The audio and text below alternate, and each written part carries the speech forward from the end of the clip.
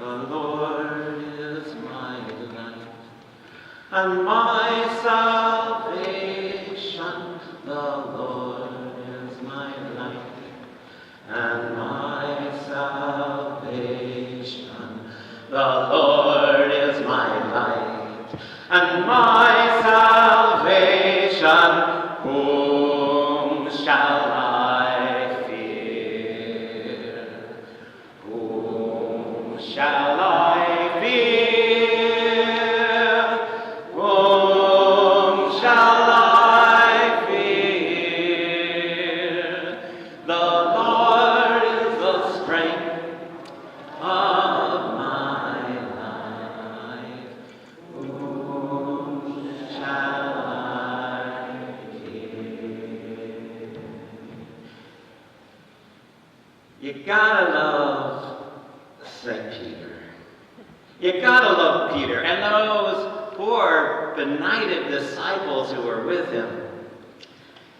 Peter and James and John, as we just heard a second ago, they're up there on a mountain with Jesus, and they're supposed to be there to pray.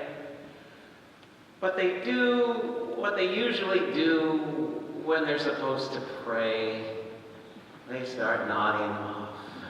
They start falling asleep. And then, while Jesus is praying, he's transformed. He's transfigured. He looks different.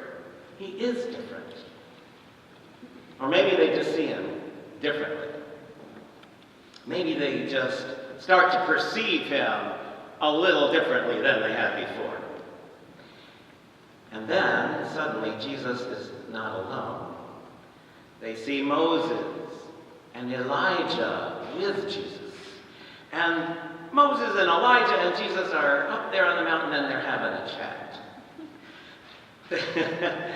The two of them are also looking fabulous, Moses and Elijah. And they're talking with Jesus about his coming departure, his exit plan, his plan for a gracious exit, as it were. An exit from them and everything else.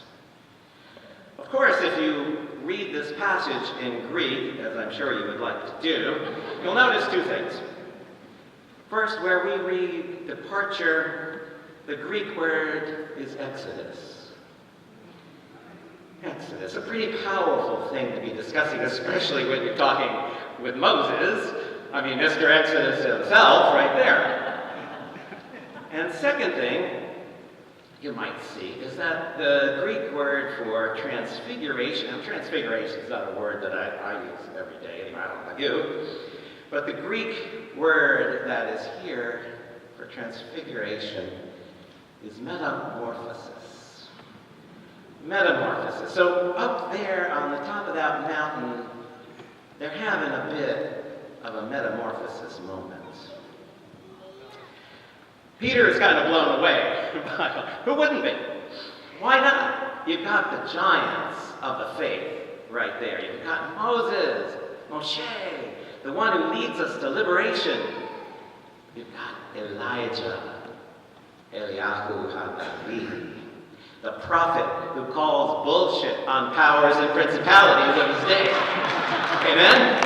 It's a powerful moment with Moses and Elijah speaking with Jesus. A spiritually powerful moment. And what does Peter want to do? He proposes a building project. He wants to build monuments to this moment. He says, Rabbi, it is so good that we're here because we can build 3 shelters, 3 booths, 3 sukkot, one for you, and one for Moses, and one for Elijah. Everybody can have their own little spot. Luke gives us a helpful editorial comment here. You might have realized. Luke says, he didn't really even know what he was saying. Well, Peter probably would have gone on not knowing what he was saying, but saying it anyway. Except something happens. Something happens.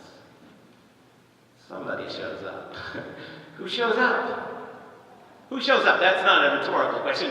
Who? Yeah, thank you. Thank you. If I ask you a question up here, the answer is generally either help you out, in case it's your first time, whatever. There's a sudden epiphany that happens up there on the top of the mountain, and they are all surrounded, covered with a cloud of divine presence. And the voice comes out of the cloud, and the voice says, "This is my beloved child. Listen to him. Listen to him. Shut up and listen to him." You can't blame Peter, though. You can't blame Peter. It's a natural thing when you see something good, when you have something good, something valuable, to try to find a way to preserve it, to preserve that moment, to hold on to it. And it's a natural human thing to want to create structure in order to freeze that moment, to preserve what you have, to block it in, to lock it in.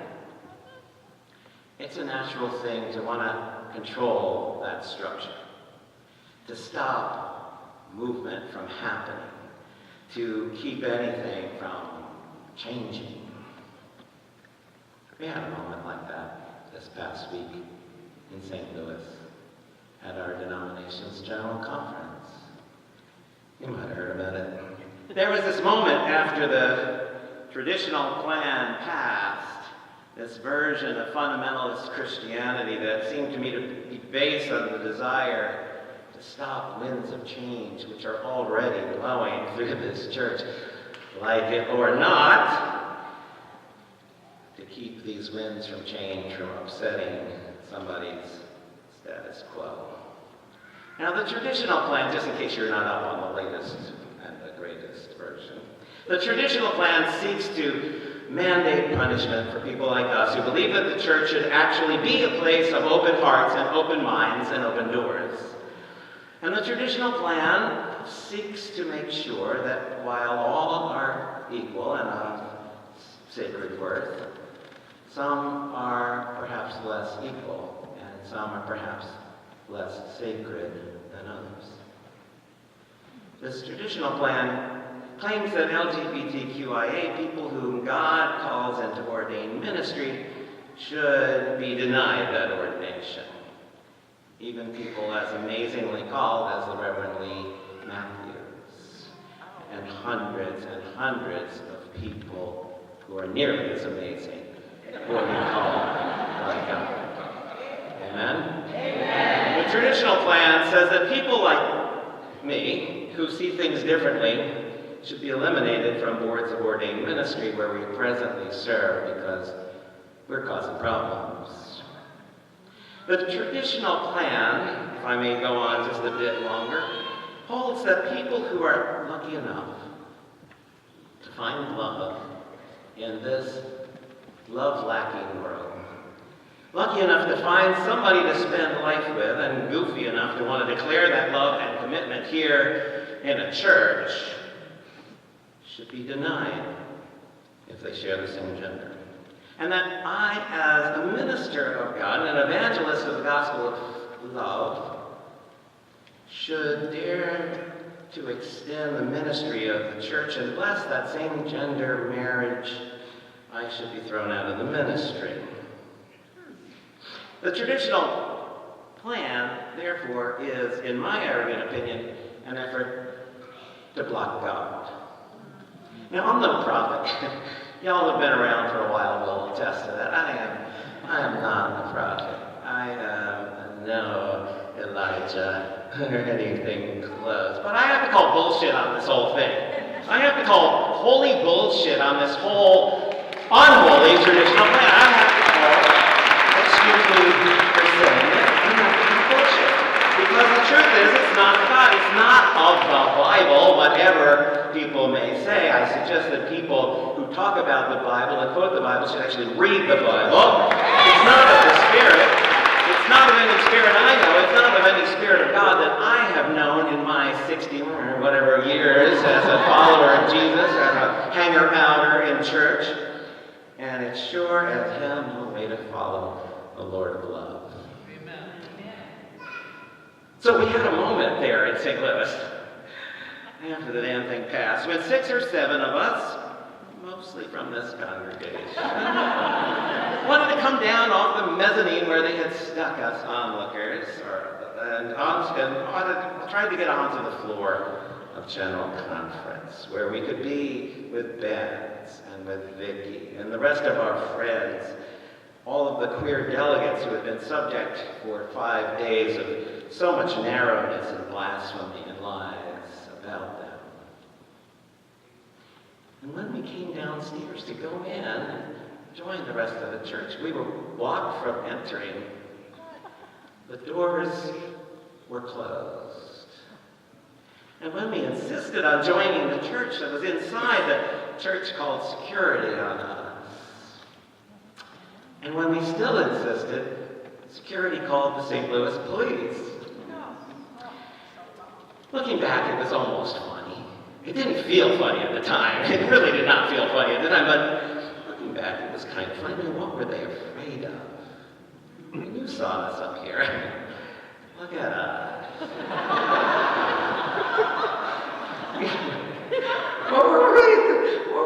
We're Methodists. We're polite. We're boring. What were they thinking? But there came this other moment. There came this other moment after a little while. And it's a moment I want to tell you about. It's a moment when I suddenly realized I didn't want to be in there anymore. And I didn't want to be in there, in that closed-off room, in that closed-off church anymore, because the church wasn't behind those closed doors. As more and more people came to our call, heard our shouting and yelling and singing, came down off the balconies and stood with us and sang with us, I realized what I should have realized much earlier, that the church wasn't behind those closed doors. The church wasn't what was locked in. The church was what was locked out. And the church could be found where it could always be found, on the edges, on the margins, with the neglected and the disrespected, the hurt and the harm. That's the people that Jesus hung out with. Amen? Those are the people that Jesus hung out with. And why was the church locking itself off from the people that Jesus hung out from, and locking itself off from Jesus himself? And so I no longer cared. I no longer cared what they were afraid of, because I knew what I was afraid of. I knew suddenly what I was afraid of. And the words of Psalm 121 leapt to my mind, and I realized I wasn't afraid of anything. I wasn't afraid of anything. And you aren't afraid of anything. Say, I'm not afraid of anything. I'm not afraid of anything. I'm not afraid of anything. Say it like you actually mean it. I'm not afraid of anything. Thank God. The Lord is my light and my salvation. The Lord is my light and my salvation. The Lord is my light and my